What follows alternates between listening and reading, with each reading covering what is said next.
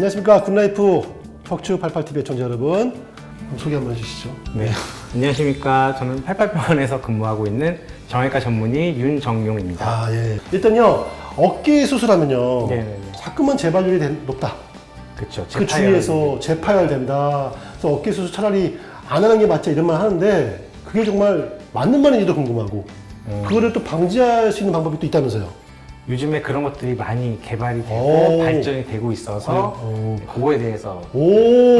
이야기를 해볼까 합니다. 만성적인 어깨 통증과 수술에 한 다음에 재발되는 것을 막기 위한 새로운 방법들이 많이 나왔다. 네, 맞습니다. 기대됩니다. 한번 재밌게 한번 들어보겠습니다.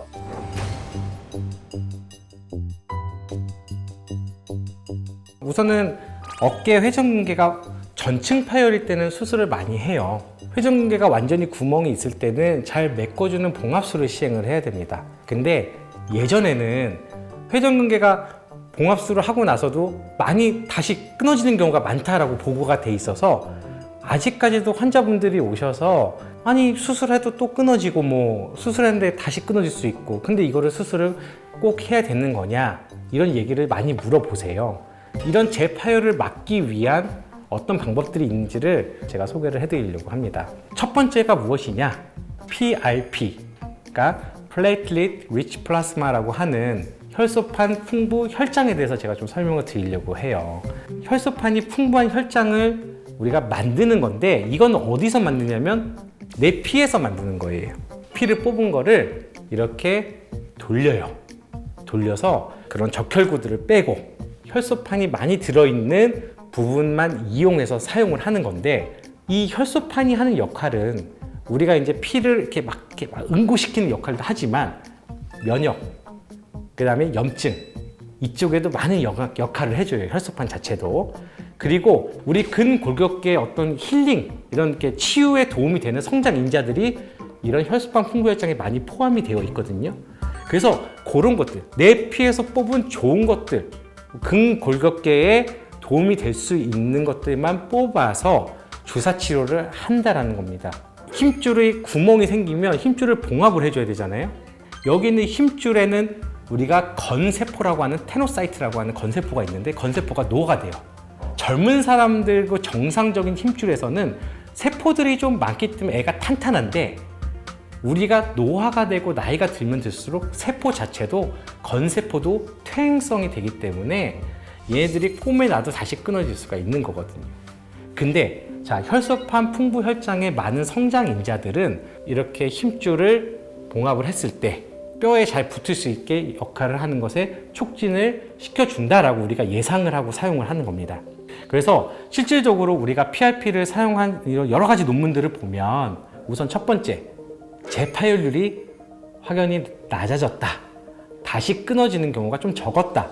그것도 소파열에서도 마찬가지지만 중간 광범위까지 봤을 때 PRP를 썼을 때 그러는 재파열률이 낮아졌다.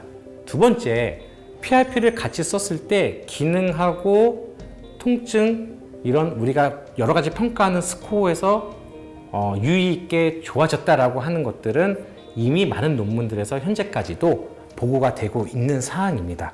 내 피를 사용하기 때문에 부작용이 별로 적어요. 안전하다. 안정성도 엄청나게 확보가 된 상태입니다. 물론 비용은 조금 있고 저희가 수술하면서 또 그거에 대해서 다시 넣어주는 그런 복잡스러움은 있지만 우리가 수술을 하고 난 이유는 뭐죠? 왜 수술을 해요? 안 아프고 이걸 건강하게 오래 가져가려고 수술하는 거잖아요. 근데 몸에 해로운 것도 아니고 어떤 제품도 아니고 내 피에서 뽑아서 그거를 적절한 시기에 잘 넣어주면 나쁘지 않기 때문에 저는 아주 좋은 치료 방법 중에 하나라고 생각이 드는 겁니다. 그거 외에도 그럼 우리가 이제 어깨 힘줄의 재파열률을 막을 수 있는 게 또 여러 가지가 있습니다. 두 번째로 많이 하신 얘기를 하는 것들이 뭐냐면 봉합 방법이죠. 어떻게 봉합을 하느냐. 이게 한 번만 꼬매느냐, 두 번에 걸쳐서 꼬매느냐, 아니면 겹쳐서 꼬매느냐. 물론 이렇게 한 번만 꼬매든 두 번 꼬매든 이렇게 겹쳐서 꼬매든 임상적으로 봤을 때 크게 차이가 없다라고 하는 논문들도 많아요. 뭐가 좋다라고 얘기할 수는 없는 것 같아요. 다 장단점이 있습니다. 우선 한 번만 꼬맸을 때는 근데 누가 봐도 조금 약해 보이긴 한데 얘의 장점은 또 통증이 좀 약해요. 통증이 좀 수술하고 나서 좀 덜 아파요 환자분들이. 그리고 수술 시간이 짧다. 두 번을 꼬매든 이렇게 겹쳐서 꼬매면 아마 그만큼 나사가 더 많이 들어가기 때문에 통증도 있고 땡김도 더 많고, 근데 3개월 정도 지났을 때 임상적인 증상은 비슷한데 조금 더 안정적으로 보이고, 그다음에 이게 좀 힘줄이 잘 눌려져서 이렇게 딱 붙어 있는 모습이 보여지기 때문에 사실 저는 그런 이중봉합술을 많이 선호하는 편이긴 합니다.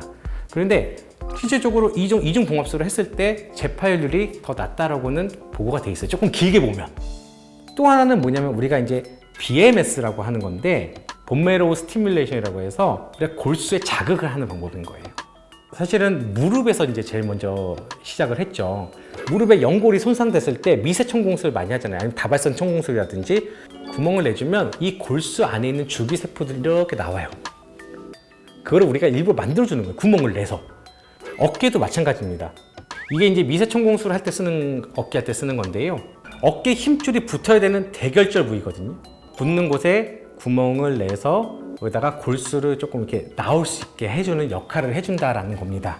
내 몸에 있는 줄기세포를 최대한 그래도 끌어올려서 어느 정도 우리가 이렇게 힘줄에 붙었을 때 조금 더 잘 붙게 하는 역할을 해준다라고 생각을 하는 겁니다. 근데 이거는 사실은 논문이 막 많진 않아요. 과학적으로 많진 않은데 재파열률이 낮아졌다는 거예요. 뭐 엄청나게 좋았다 이런 건 아닌데, 조금 길게 봤더니 뭐 5년 정도, 2년 정도 봤더니 얘가 다시 끊어질 확률이 낮더라. 근데 실질적으로 이걸 해줘도 기능상이나 어떤 뭐 통증이라든지에는 유의한 차이는 없었다. 하지만 재파열률은 낮아졌다. 그러면 이 기법은요, 돈이 드는 기법이 아니에요. 내가 이걸 했으니까 환자한테 얼마를 받아야 이런 게 아니거든요. 그리고 무릎은 우리가 이렇게 천공술을 해주고 나면 못 딛게 하거든요. 연골이 이제 충분히 재생할 수 있는 시간이 필요하기 때문에 못 걷게 하잖아요. 어깨는 어차피 힘줄을 봉합을 하면 보조기를 차고 어차피 움직이질 않기 때문에 이걸 한다고 해서 뭐 더 오래 뭔가를 보조기를 차고 보호대를 차고 해야 된다든지, 아니면 하고 나서 비용이 더 많이 든다든지 그렇진 않아요. 제가 그냥 수술 과정이 조금 번거롭지만 제가 이거 하나의 과정인 거지. 그래서 저는 보통 환자분들한테 조금 파열이 중파열 이상 됐을 때는 이런 다발성 채널링과 PRP, 그 다음에 뭐 수처 브릿지 테크닉 이렇게 해서 같이 해준다면 환자분들한테 조금 더 안정적인 좀 재파열을 낮출 수 있는 방법이 아닐까, 저는 그렇게 생각이 듭니다.